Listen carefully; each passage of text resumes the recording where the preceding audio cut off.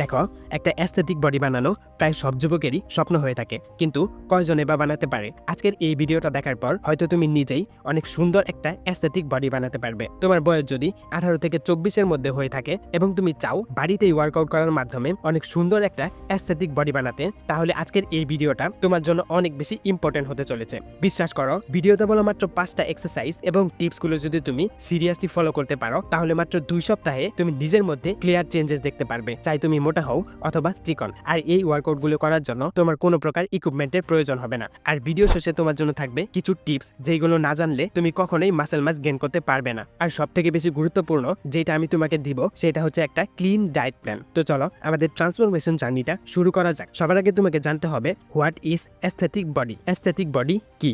রোনাল্ডোর মতো slim body, Shakib কোখালের মতো মাস্কুলার বডি, নাকি ডেভিড লিয়ানের মতো পারফেক্ট ব্যালেন্স বডি? তো সবার প্রথমে এই কনফিউশনটাকে ক্লিয়ার করা যাক। প্রথমে এই ছবি দুইটা দেখো, এখান থেকে কোন ছবিটা দেখে বেশি কনফিডেন্স এবং স্ট্রং মনে হচ্ছে ভেবে নিয়েছো? এবার এই ছবি দুইটাকেও দেখো, এইখান থেকে তুমি এই ছবি দুইটাকে বয় এবং এই ছবি দুইটাকে ম্যান ক্যাটাগরিতে রেখেছো, কিন্তু কেন? Because of their bare. তাহলে এই ছবি দুইটাকেও দেখো, এইখানে কারো মুখেই বেয়ার নেই, কিন্তু তারপরে তুমি একজনকে বয় এবং আরেকজনকে ম্যান ক্যাটাগরিতে রেখেছো। কারণ আমাদের বডিতে এমন কিছু পার্ট আছে যেগুলো আমাদেরকে কনফিডেন্স এবং স্ট্রং দেখাতে সাহায্য করে। মূলত তোমাকে এই পয়েন্টগুলোকেই খেয়াল করতে হবে এবং এইখানে ফোকাস করতে হবে, যেন তুমি যেকোনো পোশাকেই অনেক কনফিডেন্স এবং স্ট্রং দেখতে লাগো। আর এর জন্য তোমার প্রয়োজন হবে একটা প্রপার ওয়ার্কআউট রুটিন, আর যেটা আমি তোমাকে প্রোভাইড করব। একটা অ্যাস্থেটিক এন্ড ব্যালেন্স বডির ক্ষেত্রে clear muscle, visible app and V shape back সবথেকে বেশি রোল প্লে করে। প্রথমে মাত্র 3 স্টেপে তুমি একটা ফুল বডি ওয়ার্কআউট প্ল্যানকে আনলক করবে এবং পরবর্তী 2 স্টেপে সবথেকে বেশি গুরুত্বপূর্ণ জিনিস, যেটা ছাড়া তোমার ব্যায়াম করাটাই বৃথা হবে, সেটা হচ্ছে মাইন্ডসেট এন্ড ডিস্ট্রাকশন কন্ট্রোল। তাই ওইটাকে কোনোভাবেই মিস করা যাবে না। নাম্বার 1, পুশ পুল পাওয়ার। দেখো, বড় bicep, strong apps, muscular chest এবং পারফেক্ট ট্রাইসেপ, এই সবগুলোই অ্যাস্থেটিক বডি বানাতে অনেক বড় রোল প্লে করে থাকে। কিন্তু এর জন্য তোমাকে ক্লিয়ারলি জানতে হবে কোন এক্সারসাইজগুলো বডির কোন কোন পার্টকে টার্গেট করে। সবার প্রথমে আসে পুশ আপ। এটা একদম বেসিক লেভেলের একটা এক্সারসাইজ হলেও অনেক এফেক্টিভ একটা এক্সারসাইজ। এটা তোমার ট্রাইসেপ, চেস্ট এন্ড কোর মাসলকে টার্গেট করবে। এক কথায় তোমার আপারঅল বডিকে টার্গেট করবে এবং পরবর্তীতে ভারী ওয়ার্কআউট করার জন্য তোমাকে প্রস্তুত করবে। যদি তুমি বিগিনার হয়ে থাকো, তাহলে নি পুশ আপ দিয়ে শুরু করতে পারো, তারপর নর্মাল পুশ আপ, প্রথমে 5, তারপর 10, তারপর 15, ঠিক এইভাবে করে বাড়াতে থাকো, কিন্তু ফর্ম একদম পারফেক্ট হওয়া চাই। তারপর আসে ইনক্লাইন পুশ আপ। বিছানা, টেবিল অথবা বেঞ্চের উপর হাত রেখে অনেক ইজিলি তুমি এটা করতে পারবে। এতে তোমার আপার চেস্ট এবং শোল্ডার অনেক ভালোভাবে ট্রেন হয়ে যাবে এবং অনেক বেশি স্ট্রং হবে। এন্ড লাস্ট হচ্ছে ডায়মন্ড পুশ আপ। হাত দুইটা ডায়মন্ড শেপে রেখে পুশ আপ করো। এই ব্যায়ামটা ইনার চেস্ট এবং ট্রাইসেপকে অনেক ভালোভাবে ট্রেন করে। এই ব্যায়ামটা একটু কঠিন, কিন্তু রেজাল্ট অনেক দ্রুত দেয়। এখন কথা বলা যাক পুল মুভমেন্টের ব্যাপারে। সবার প্রথমে আসে পুল আপ। এটা তোমার ব্যাককে অনেক বেশি স্ট্রং বানায় এবং তোমার আর্মসকেও শক্তিশালী বানায়। এরপর আসে ট্রাইসেপ ডিপস। এটা তোমার ট্রাইসেপকে অনেক বেশি স্ট্রং বানায়।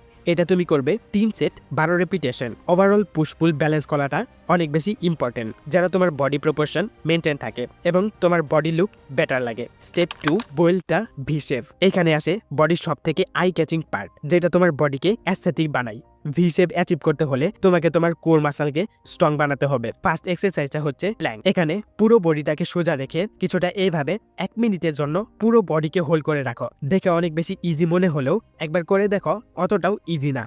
এসবের পাশাপাশি ক্লিন ডায়েট অনেক বেশি গুরুত্বপূর্ণ। যদি তুমি প্রতিদিন 15 থেকে 20 মিনিট এই ব্যায়ামগুলোকে প্রপার ফর্মের সাথে ফলো করো, তাহলে তোমার বডি হিসেবে আসা শুরু করবে এবং মাসেল মাস গেইন করবে। Step number 3, build the lower body. Maximum মানুষ লোয়ার বডিকে স্কিপ করে দেয়, কিন্তু লোয়ার বডি ছাড়া তোমার আপারঅল বডি অসম্পূর্ণই থেকে যাবে। লোয়ার বডি তোমাকে পাওয়ার, স্টেবিলিটি এবং ব্যালেন্স বানায়। এর জন্য তোমার প্রয়োজন হবে কিছু effective lower body exercise. Number 1, bodyweight squat. এক জায়গায় দাঁড়িয়ে ধীরে ধীরে বসুন আর উঠুন। বসার সময় এমন ভাবে বসবেন যেন আপনি চেয়ারের উপর বসছেন। এটা আপনি করবেন 3 সেট 12 রেপিটেশন। Number 2, lunges. এক পায়ের উপর ভর করে কিছুটা এভাবে আপনাকে করতে হবে। এটা আপনি করবেন 2 সেট 12 থেকে 15 repetition. And number 3, calf raise. পায়ের আঙ্গুলের উপর ভর করে পুরো বডিটাকে উপরের দিকে তুলবেন আর নামাবেন। এতে করে আপনার কার্ভস একদম ফেটে বাইরের দিকে বের হয়ে আসবে। এটা আপনি করবেন 3 set 12 repetition. Step number 4, recovery diet. দুনিয়ার যারা বড় বড় বডি বিল্ডার আছে এবং যারা ফিটনেস সম্পর্কে নলেজ রাখে, তারা সবাই একটা কথাই বলে, আপনি যদি 1 ঘন্টা শুধু এক্সারসাইজ করেন, এতে আপনার বডি কখনোই তৈরি হবে না। বাকি 23 ঘন্টা আপনি কি করছেন এটার উপর ডিপেন্ড করে